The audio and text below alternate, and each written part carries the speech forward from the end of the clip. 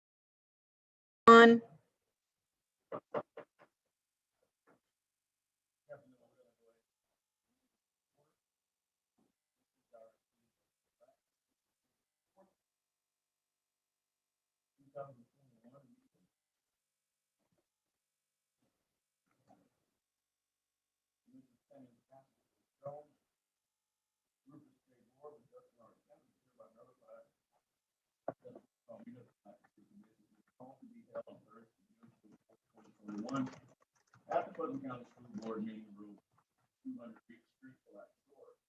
The meeting is open to the public, and the meeting is called to 5 p.m. The meeting will be in lieu of the regular meeting at 6 p.m. starting June 24th. The meeting closed and then I be limited to the regular meeting scheduled for 6 p.m. And meeting with employees regarding wage concerns. Please have yourself more.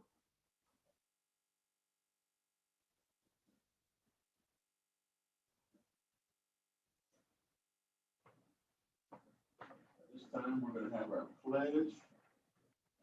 President, I'm gonna ask Matt Leonard to lead us in the pledge. And Pastor Mulberry to lead us in the pledge. Pledge allegiance to the flag of the United States of America and to the republic for which it stands, one nation, under God, indivisible, with liberty and justice for all.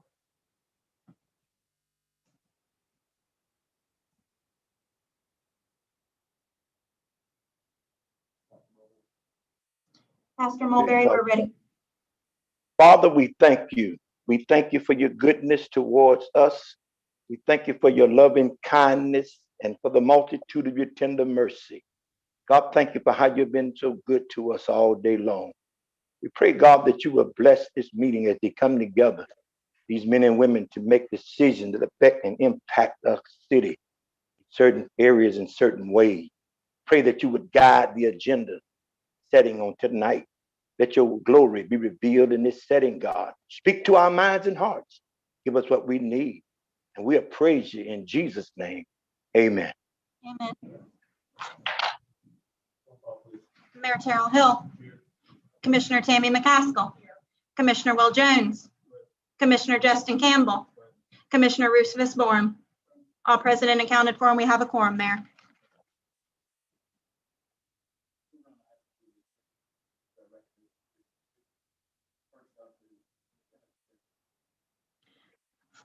The proclamation reads as follows. Whereas on July 4, 1776, our founding fathers ratified the Declaration of Independence, a historic document declaring that we hold these truths to be self-evident that all men are created equal, that we are endowed by our Creator with certain unalienable rights, that among these are life, liberty, and the pursuit of happiness. And whereas this document laid a foundation for future prosperity and helped establish a government based on individual liberties and the rule of law, which is society's sacred bond. And whereas as Americans, Floridians, and Palatkans, it is our duty to preserve the fundamental principles, freedoms, and liberties that have ensured the continued prosperity of our nation. And whereas Independence Day is an important opportunity to honor our brave servicemen and women who have defended our nation's enduring values, whom we can never thank enough for their courage and sacrifices. And whereas since 1870, the 4th of July has been recognized as a federal holiday so that Americans may celebrate our nation's timeless truths and great freedoms that call to our higher sense of patriotism.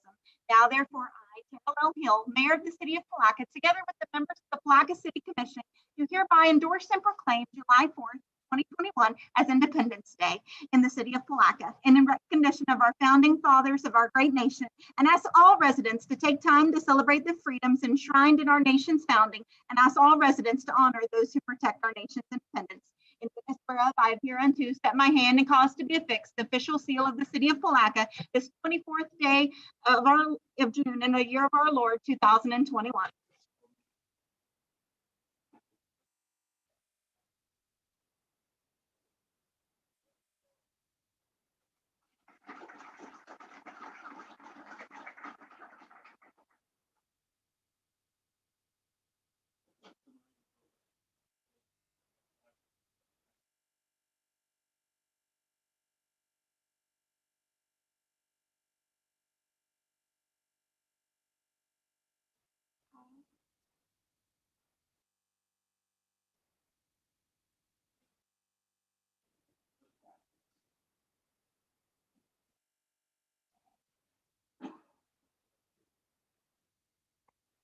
Emo certificates and Norris Leadership Academy. First up is FLC University Emo 1, Commissioner Will Jones.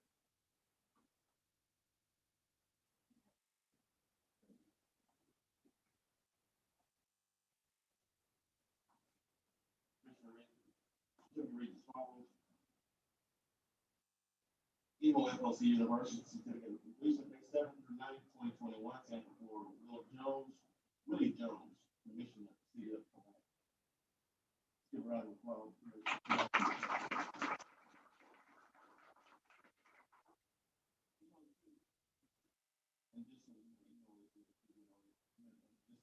Officials, certificate of completion, April 23rd to 24th, 2021. They call me floor. Presented to the Honorable Richard J. Board.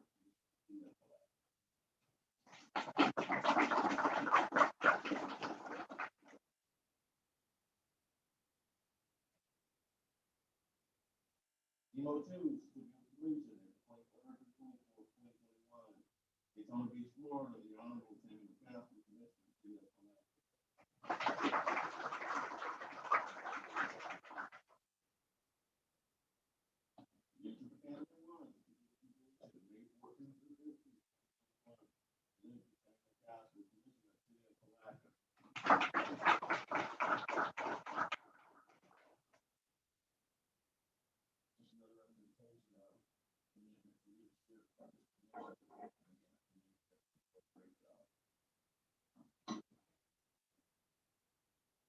Next up, public comments. Public comments will be limited to 3 minutes.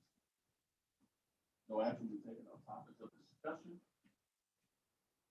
If you're here for public comment, you can fill out a yellow speakers card, or you can use the YouTube chat function online, or dial 386-329-0100 extension 0.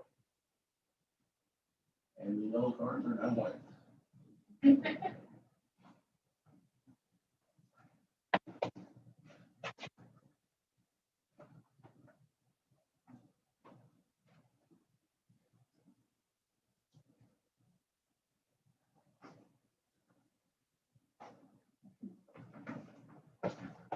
First up is the Tanya Rules. Battles. I'm sorry, Ms. Battles.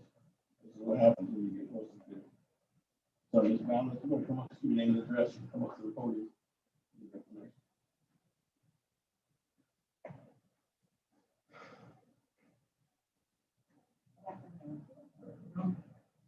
Okay, so I wanted to just say that and bring it out. That works. Okay. All right, so I came before the board today, just to say briefly, I had an act of God on during Irma, and a tree fell through my house. And so when the tree fell through my house, I have been trying to get other assistance and whatever, but Earl, the other person that's on there, my husband, he was approved for Rebuild Florida in December of 2020. But somebody made a complaint recently, and so we've been going back and forth with code enforcement about that. Today, I had a meeting at 1:30, and I am in violation because, you know, we moved the debris, we did things like that right there, but the tree is still in my house, of course. But Rebuild Florida, people say that they are going to help us. They're going to completely tear down my house and rebuild. However, right now, it started on, I think, May 19th. So we're at already, I found out today, $900 for last month up to this time. And then it'll be $750 per month going forward. So I just wanted to come and ask the board to just consider my situation. I am working with Rebuild Florida. I've already been accepted. I have the information. I've submitted it. I just need help in that area. Yes. Just like so she needs help with saying that we know Mr. Holmes or Councilman. I'll take it. Yes,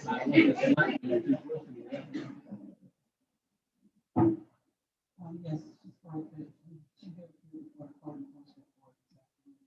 And at this point, it was premature, we gave her 60 days and she really had 90 days in order to correct the situation.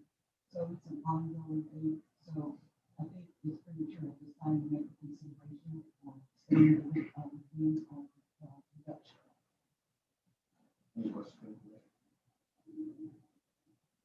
So actually, you got 90 days. Yes, ma'am. She passed the 90 days as well. When she came before the board, it's like 90 days. Is your documentation from about before that?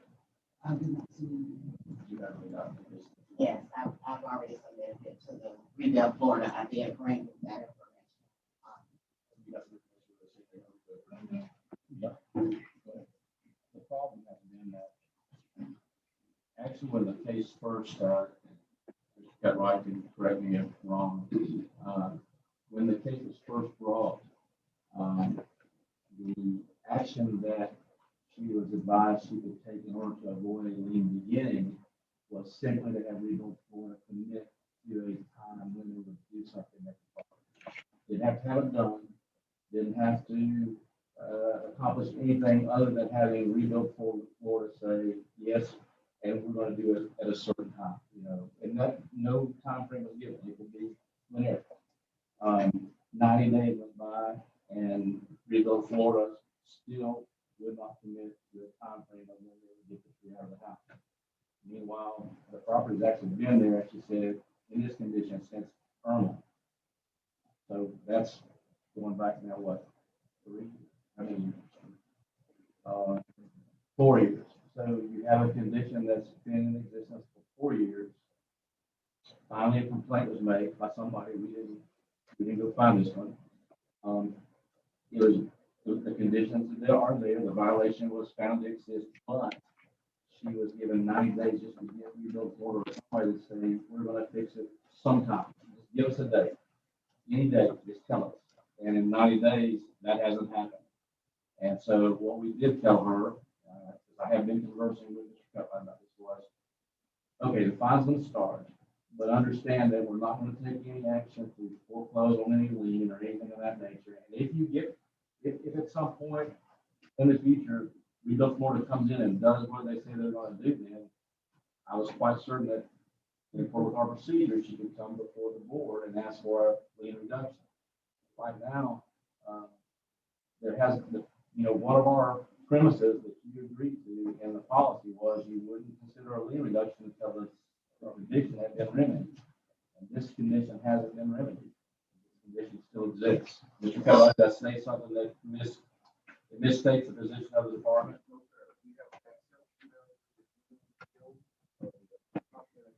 Mr. Cutright, could you please come to a microphone? Certainly. Why did you say saying that? It was too comical. Yeah, we have had several conversations and we have had several emails with the company, and every email still does not state when they're going to try to do or try to put the work in place. They said they got it, they're tracking, but their workload is kind of backlogged, so they have no date of when they're going to try to do anything.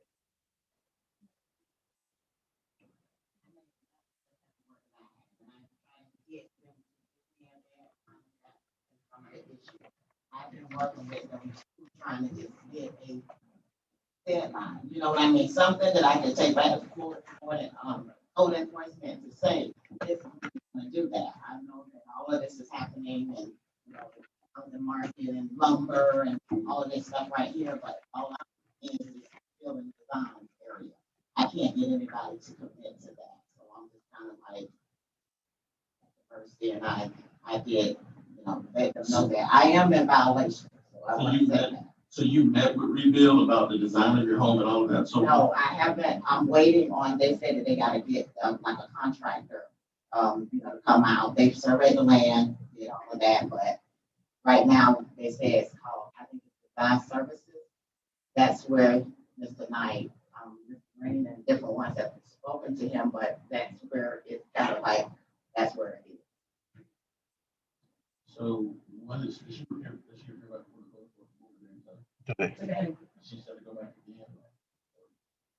She has the ability to come back once. If you get cleared. So you have the ability to come back before the code enforcement board, once you get some additional information. If you want, contact, I know Mr. Green and Mr. Cutright have been in touch with Rebuild Florida.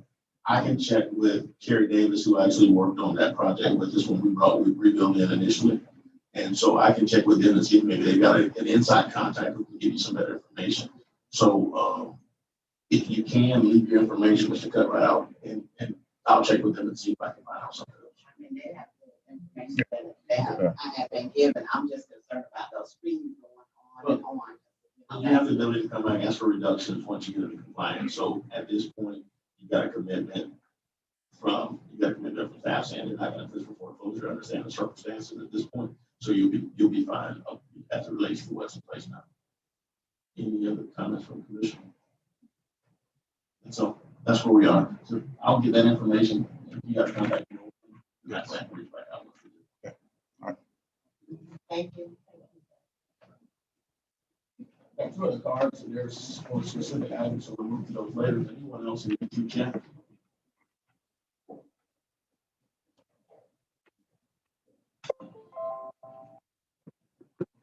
Is there anything in the YouTube chat? Linda, your mic is muted. Not at this time. See nothing in the YouTube chat. We're going to close public comment. We'll move on to item 4 of the agenda, which is our consent agenda, items A through P. Are there any items on the consent agenda that you wish to have removed at this time? Probably, and just have these covered another way on Are there any other items besides item E on the agenda?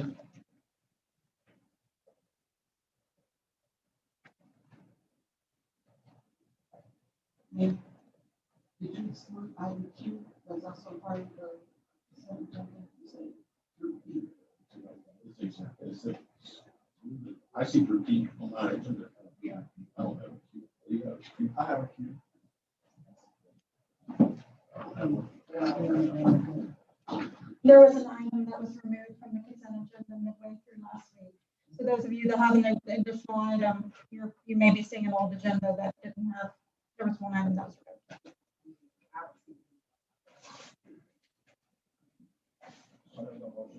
What's that point, Larry?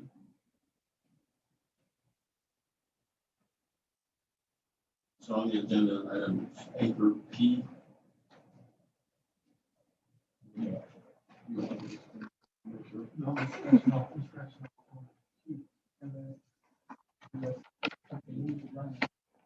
It was an item midway through the agenda. Ms. Tucker, can you speak to that? Which item was removed and why? It was an item Q. It was in the middle.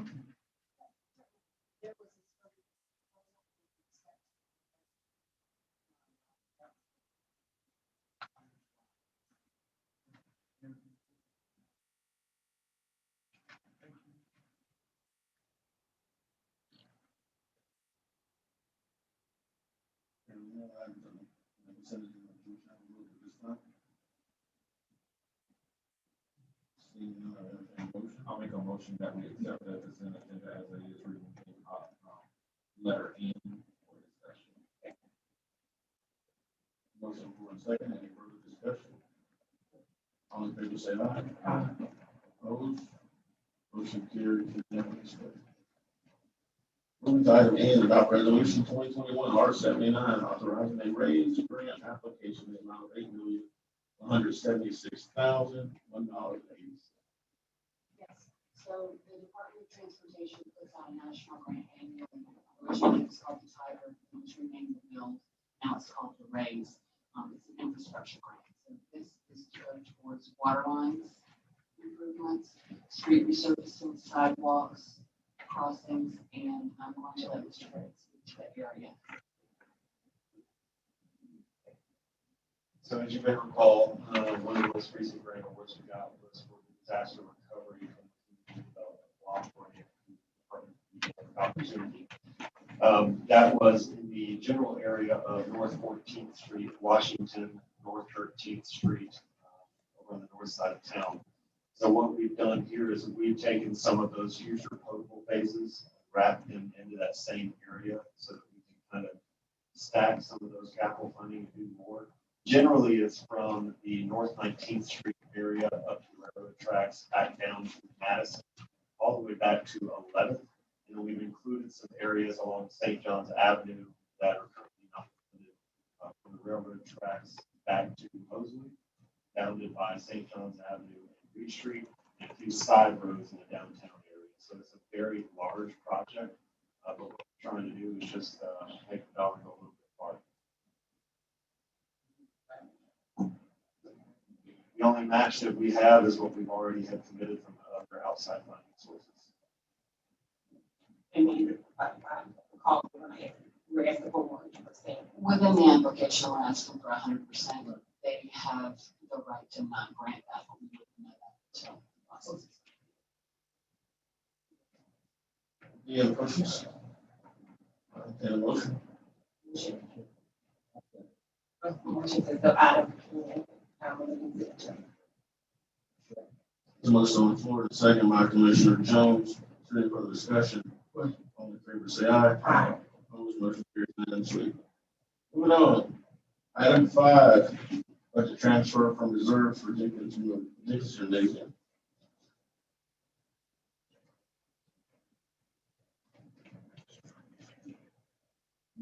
Ms. Shank, can you hear us?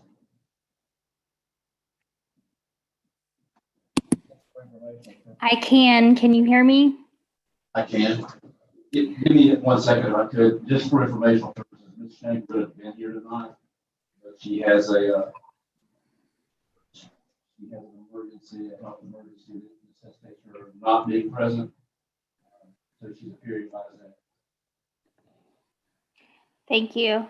So what we've done is we're going to be pulling $50,000 out of reserves. I do want to note that the amount of reserves does not reflect the most recent audited financials number. Our reserve of unassigned fund balance and general fund is actually 3.3 million. So even with the 2 agenda items that if you approve this one as well, will still leave us with $3.2 million in reserves.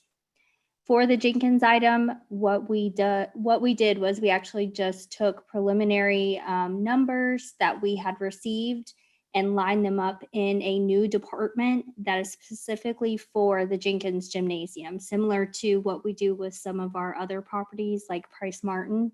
It has its own department within Community Affairs. Do you have any questions about the line items themselves?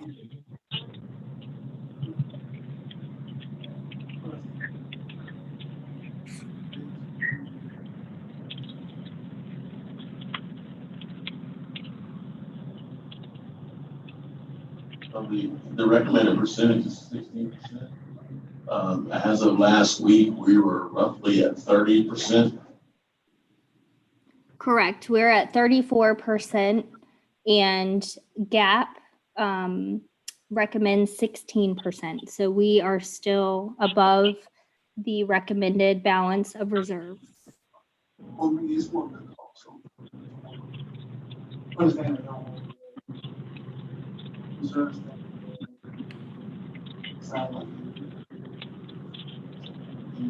Sunny, can you mute John? Muted. Any other questions for Ms. Shank? So one of the other things I will foreshadow is based upon certain occupancies that may be in place, and then you need from a life safety standpoint, depending on what the determinations are, to come back and talk about the need for sprinkler systems possible, depends on what the determinations are in the future. And so those are all things that are out there. We wanted to make sure out of full disclosure that those things were put in place. Something we discussed in the last meeting, but we'll know more. That is correct. I did not include any major capital outlay items. as I put in the agenda item, if there were to be any major renovations or upgrades that needed to be done immediately, we would return back to the commission for guidance. Any questions? Not, motion to approve. Second by Commissioner Campbell, any further discussion? All in favor, say aye. Aye. Opposed? Carries unanimously. Discussion and direction concerning employee wages. At this time, turn it over to Mr. Holmes to lead the discussion. As you all are aware, last month we came in conversation as it pertains to where we are from a wage standpoint, taking certain actions, and get started with just an update of what's transpired since the last meeting. And then move to your report. Since the last meeting, and directed from the commission, we did impanel a task force consisting of representatives of each department, selected by the department, and were not the department supervisors or heads. We have had one meeting basically for the purpose of essentially just setting the stage for where we will be headed. We did, of course, allow and entertain any comment that anyone wanted to make, but I don't think there were a lot of surprises. The issue is wages that the employees universally discussed as being a problem. However, in having that meeting and having an introductory session will be important because there's going to be a relatively quick turnaround and need for some meetings under the with the group that's going to be doing the job classification and compensation study that was approved tonight on the consent agenda, and that task force will be a good starting place for that group to meet with. They'll end up meeting with all the employees in one form or another, but that task force will be a good place for them to begin. So with that in mind, you had the last meeting invited the employees to come and express their feelings to you about their situations, salary-wise and other working conditions, whatever they wish to speak of, as we look into the possibility of trying to avoid the turnover that we've had in recent years, attract employees and retain them, and essentially provide and produce a more satisfied and efficient workforce. We had brief discussions during the task force meeting in which I suggested that even though emotions can run high in matters of this type, that it was going to be helpful for everybody concerned if everyone remember that we're all on the same team, and you are concerned and sensitive to the problem they face. Otherwise, you wouldn't be doing what you're doing. And so, conversation would be welcome, but anger and anything other than a courteous conversation or presentation would probably be counterproductive. So, with that in mind, we can, from my perspective, I think we work with you. I'll turn that to you, Mayor. Okay, one of the things that we want to do, we want to make sure we hear from everybody has a comment we want to bring forward at this time. We spent a significant amount of time during the last meeting, it's mostly public works.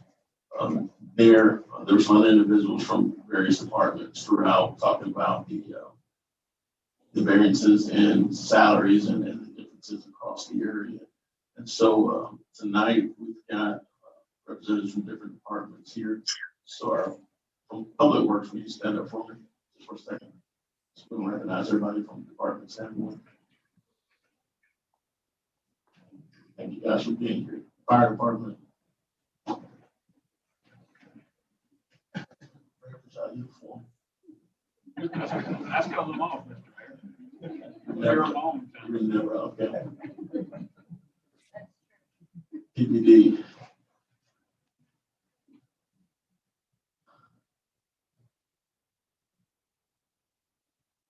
Community affairs. We also want to welcome our new planner. If you want to come up and introduce yourself to everybody, let's give her a round of applause. She comes up. Hi,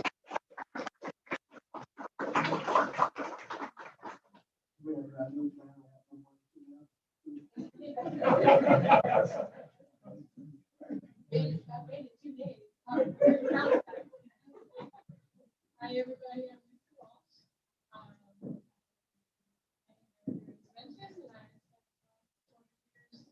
Working in different in cloud, very county. Very experienced, and I'm very thankful to be here. You're definitely welcome aboard, and we're excited to have you here. She's already hit the ground running. HR. She's a little older than you are in the city government right now, so. Finance is on. We got any other folks from the finance department in the room tonight?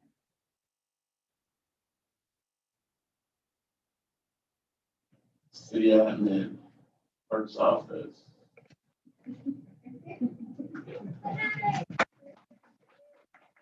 So we've got a good mix of people here. But more than anything, it's an opportunity for us, and then we don't want to not take the time to hear from you. I know there's got to be at least one firefighter who's going to come up here and talk to me today.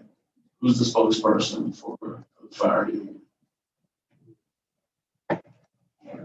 Mayor, can I make one more announcement to the employees? So I want everyone to take notice of the fact that, as we discussed during the task force meeting, the commission did in fact move forward to commission a study by the recommended group whose task it will be to perform a salary and compensation study and also draft a new personnel policy for the city of Palatka, with an emphasis on getting us back information on the salary and compensation survey within the next 30 days. That was one of the conditions of our RFP, was they move quickly so that we wouldn't miss this budget cycle.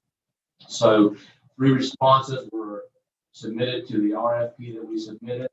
The evaluation committee met. We selected a respondent that we believe has a lot of experience and can offer a lot of expertise in our efforts to make sure that our job classifications adequately describe the work each of you are doing, so that we can then compare that work and that job classification with others in the competitive field. And so that we can then come back to the commission with an understanding of where we stand in relation to those that are also doing the same thing that we're doing. And the commission can then move from that point. So that is a huge step that hadn't been taken before, to my knowledge, as the city attempted to see where its workforce is, where its wages and where its compensation and benefits packages were. So I just wanted to let you know that did happen tonight already. And we talked about the fact that it's going to be on the agenda, and it has happened. Okay. Captain Bradford, come on. When you come up, just give your name and department you would. So we'll have it for the record. And so also, so that they can hear, for those who are listening online, put the mic pretty close to you so that, or you can pick it up either way.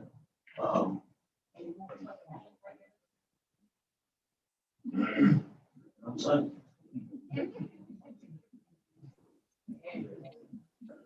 Mr. Greer, Yes.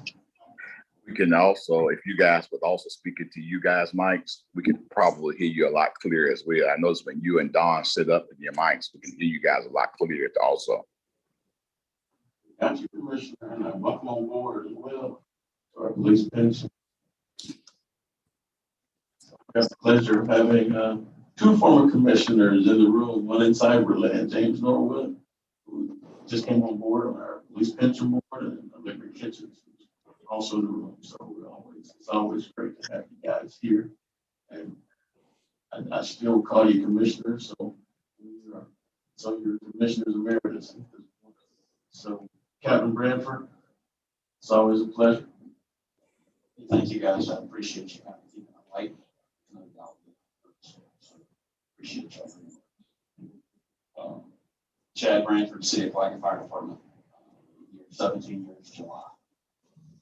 I'm not taking the union position. I do not care as the union guy. So I just want to give a little perspective from a ship commander, captain who runs the crew.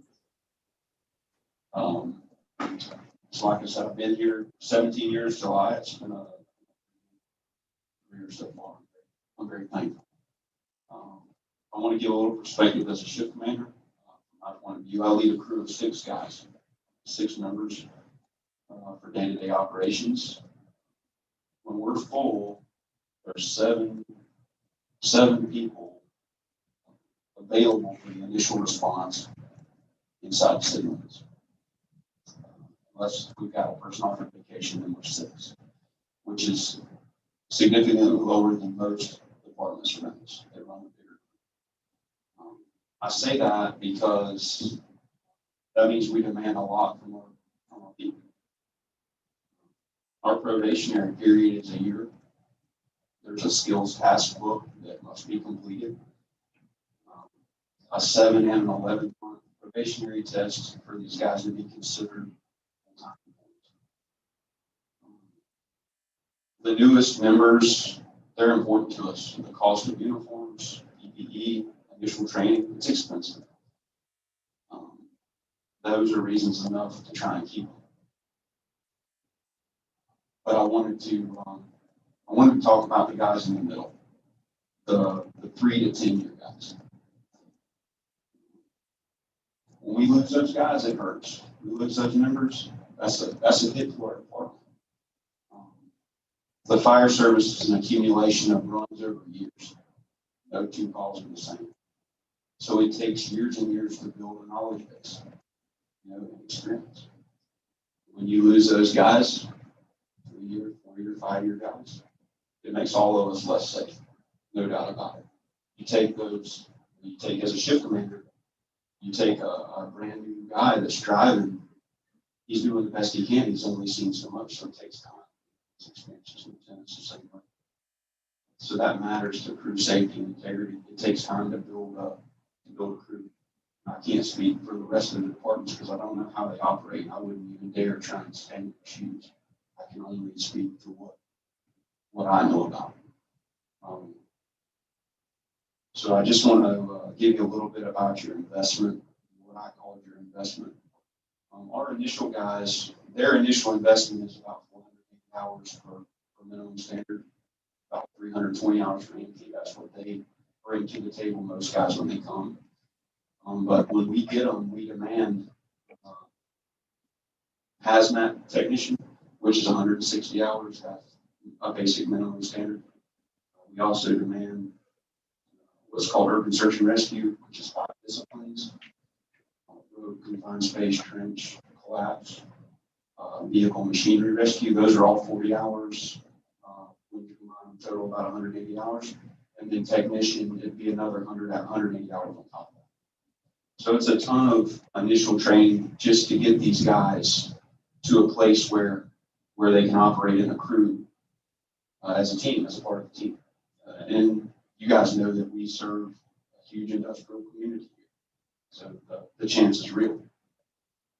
There are also other things: inspectors, 200 hours, instructors, 40 hours.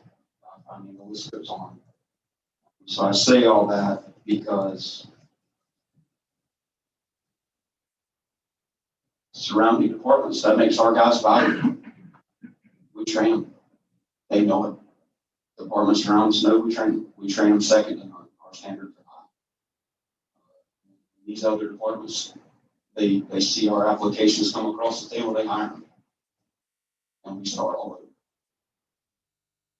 We've got to figure out a way to take care of them if we're going to keep them. You guys know that, but I really appreciate the opportunity to stand in front of you.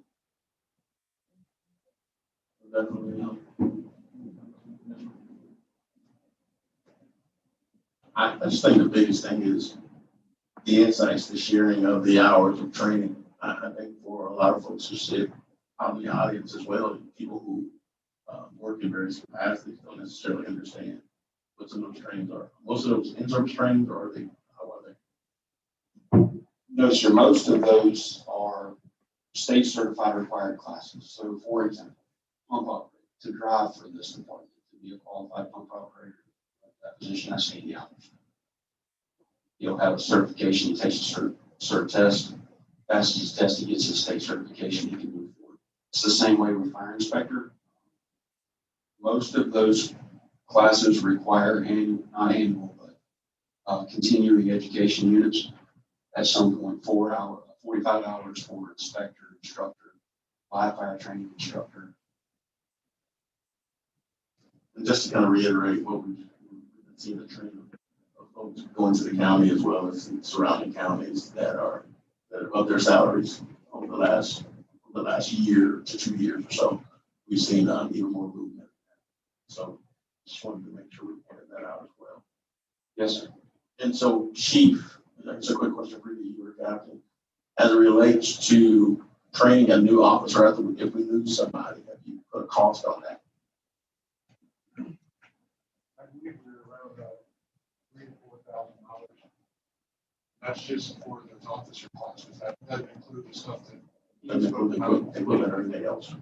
all those other classes that he spoke on are going to be required as well. So that's a whole other group of classes.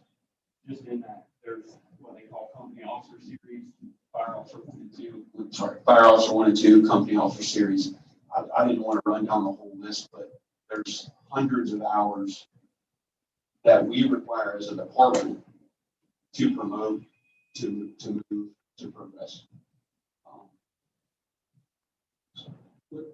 So the trainings that the city of Palatka has, is it any different from any other department, the state, the county per se, or would it be any different between any other municipality?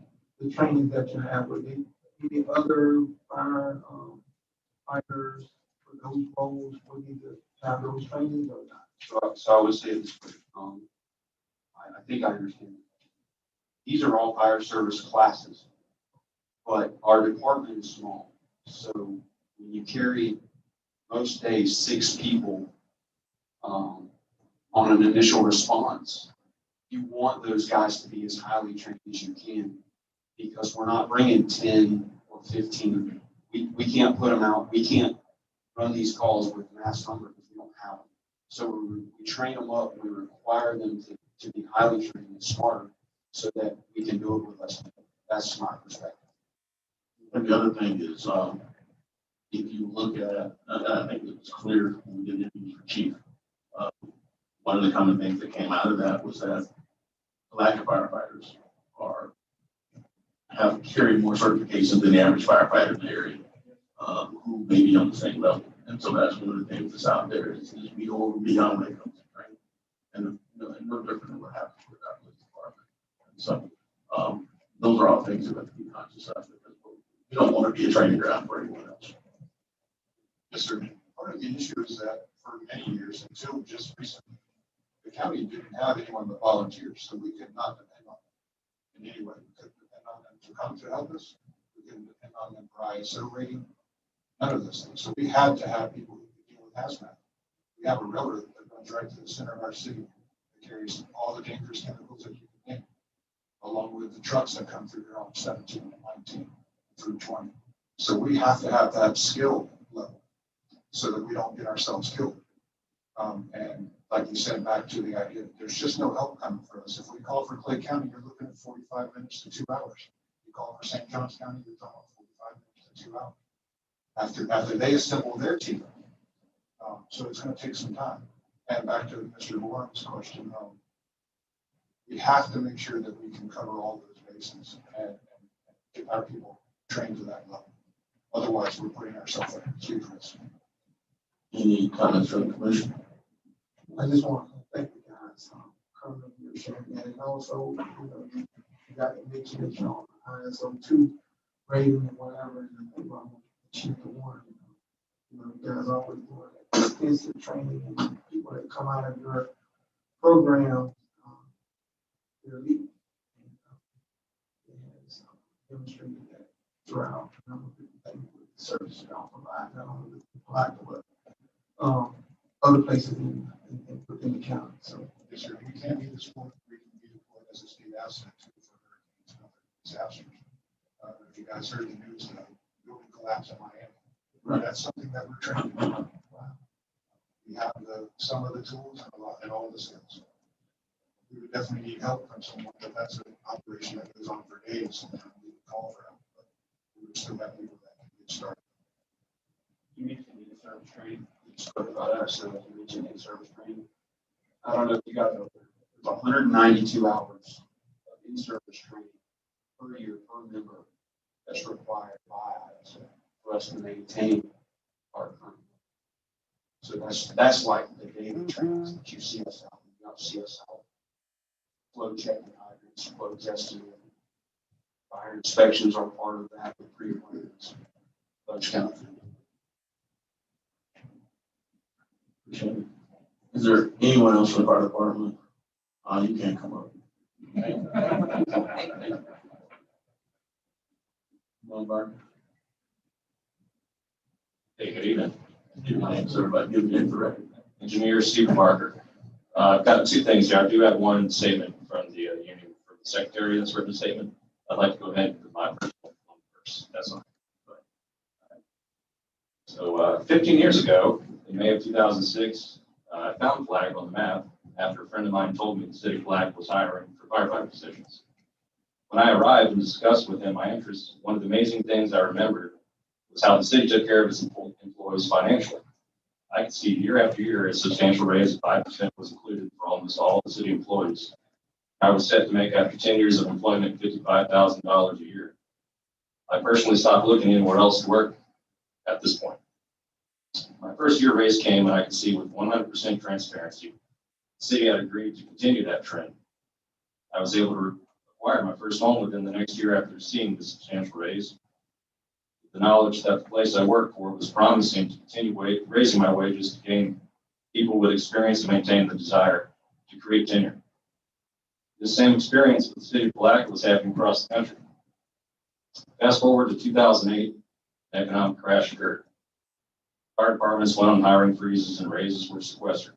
City municipalities went on financial lockdowns, scrambling to find ways to continue supporting their employees' retirement plans and current wages.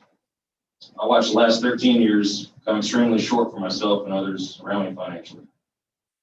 Many of my colleagues in surrounding counties, starting in the same time frame, now easily make $10,000 to $15,000 more a year as their employers have found ways to move forward with paying their employers for their experience and longevity they have committed to their city or county municipality. Me personally, I had to refinance my house 3 times to stay afloat, and I was one of the few who refused to walk away from my dreams of continuing homeownership during this time. It took 10 years for that same house to have enough equity for me to finally make the decision to become a citizen in Putnam County. I've been offsetting the wages I make here during this time with side jobs, odd jobs, and promotion to keep myself thinking positively that better wages are coming. I love what I do, and of course, most firefighters will tell you they started working in this field not only for the money, as it is a very rewarding job to do what we can for the community. I've always felt that way. Problem now is that we've come to this point where a major roundtable discussion is necessary citywide involving wages. One promotion and 15 years later, I still make under what a non-promoted firefighter makes after his 10 years of employment, which was once guaranteed. What I'm really hoping to see come out of this discussion today is real numbers, real wage increases, real timelines, transparency, all that work for the city of Palatka. We can no longer hope and wait that it's our year to see financial security increase in a way that builds upon the trust of all people, make this city to be the best in Putnam. Integrity, morale, consistent services, efficient services come from people that put years of experience and knowledge into the place they work. Those employees have to be taken care of, and the need for this to happen is now. That's for me.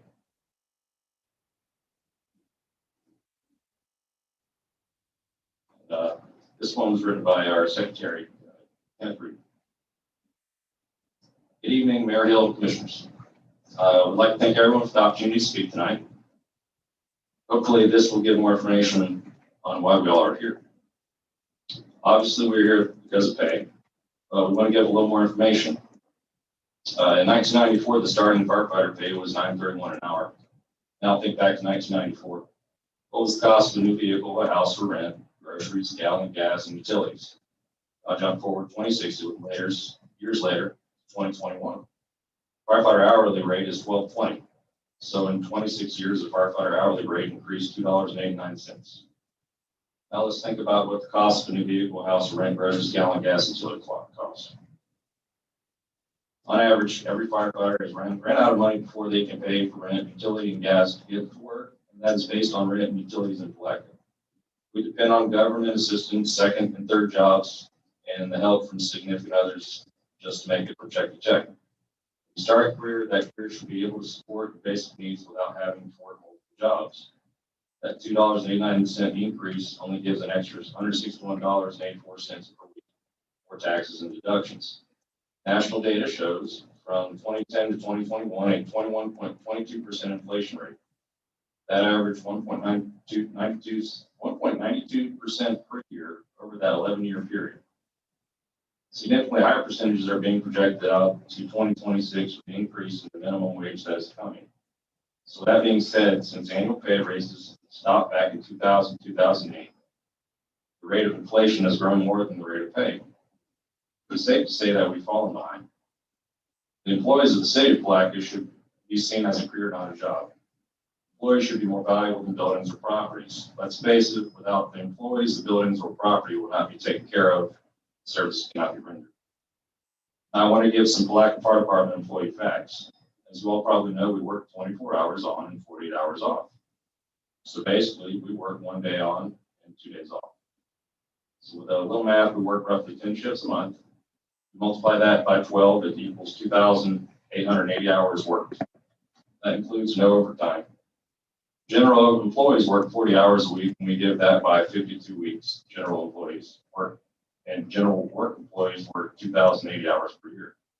Fire department employees work on average 800 hours more per year than general employees. To become a firefighter in the state of Florida, you must be a high school graduate, complete 486 hours of minimum years, and 300 hours of EMT, which include clinical and ride-along. That's what gets you in the door to become a Palatka Fire Department employee. We don't stop at this point. As you know, Palatka Fire Department has an ISO 2, which is a huge and difficult accomplishment. What we might not know is that what is required to keep that 2 rating. Employees are one of the big keys to keeping that ISO rating. We guarantee a certain number of firefighters to respond to all fires. All of those firefighters must complete 308 hours of training annually to keep our ISO 2 rating. Palatka Fire Department officers must also complete an additional 36 hours of in-service training on top of 308 hours for the total of 344 hours. All of that are just for the ISO, not other state license requirements. Marine and paramedic, life fire safety inspector, fire service instructor, and live fire instructor certifications require more training hours, most of which require 40 to 55 hours per certification. Also, a job requirement for all of the Palatka Fire Department employees is to become USAR and hazmat certified as soon as the classes become available. USAR is another 183 hours just for operations. Hazmat is 160 hours. Because our department is so small, that is no separate fire prevention division. We also require officers to become fire life safety inspectors, which has a state certification license. Those licenses also have to be recertified. To become a fire life safety inspector, you have to take 5 45-hour classes for a total of 225 hours. To add to the stress of those hours, you must pass the state examination. If you do not pass the state exam, you must retake all the classes. You must recertify every 4 years of 45 hours total.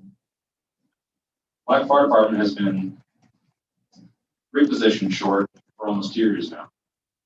2 years now. For last year, we have been as short as 4 to 5 people.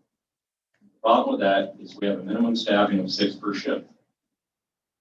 Of those 6, 2 must be officers of appropriate rank. So being short-staffed, like we are, there's a lot of overtime because we must have 6 per shift. We start a 24-hour shift at 0800 hours, and plan getting to go home at 0800 hours the next morning. Due to the short staffing and the abundant amount of overtime, everyone is burnt out on working so many hours that no one takes the overtime voluntarily.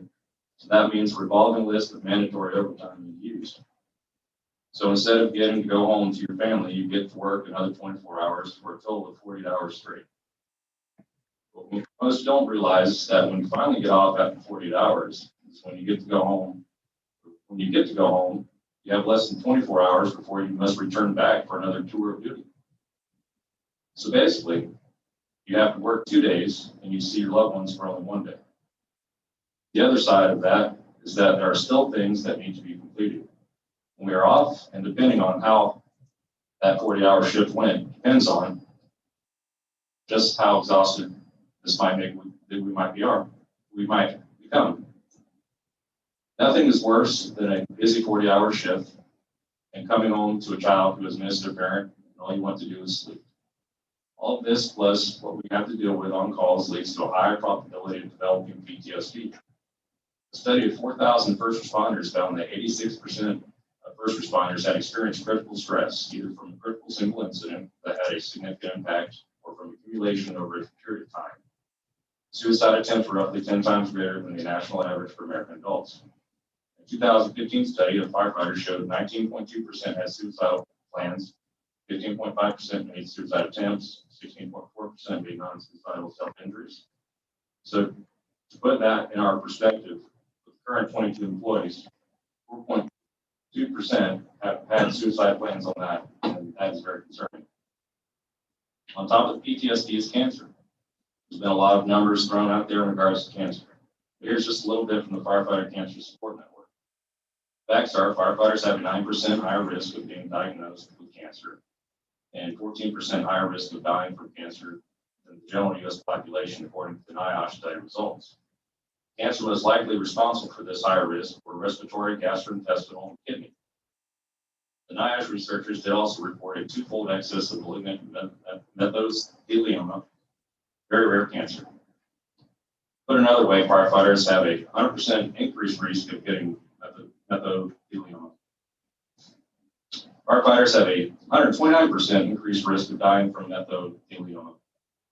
Here are some other cancers currently affecting firefighters: testicular cancer, multiple melanoma, non-Hodgkin's, skin cancer, malignant melanoma, brain cancer, prostate cancer, colon cancer, and leukemia. Almost every Palatka Fire Department employee knows a firefighter either active or retired has or will, or is currently dealing with cancer. I'll close with this. Morale at the Palatka Fire Department is low as it has been. There are many factors for that, and pay and understaffed leads to that. When a possible new hire sees the listings, don't even apply. You cannot even count the number of applicants that have completed the written and physical test along with the interview to just turn down the job because they find out about the pay. All of the information tonight was presented so you can really know and understand how much it costs the Palatka Fire Department to lose an employee to surrounding fire departments.